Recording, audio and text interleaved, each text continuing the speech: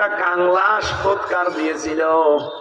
ফেরেশতা জিবরাইল বলে কাংলাসে ফুৎকারে তো কিছুই হবে না, বলে আমিও জানি, কিন্তু আমাদের যিনি দায়িত্বে আছে এই দেশের নমরুদকে আমরা দেখাতে চাই যে আমি তোমার পক্ষে আছি, ইব্রাহিমের বিপক্ষে আছি।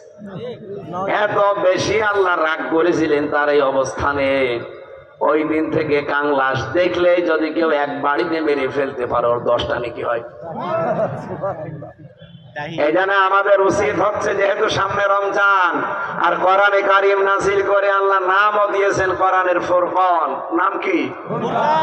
এই ফুরকানকে আমরা সামনে সত্য আর মিথ্যার পার্থক্যকারী হিসাবে সামনে রাখতে চাই। এটা যেটা বলবে যে এটা সত্য, ওইটা নির্দ্বিধায় মেনে নেওয়া লাগবে।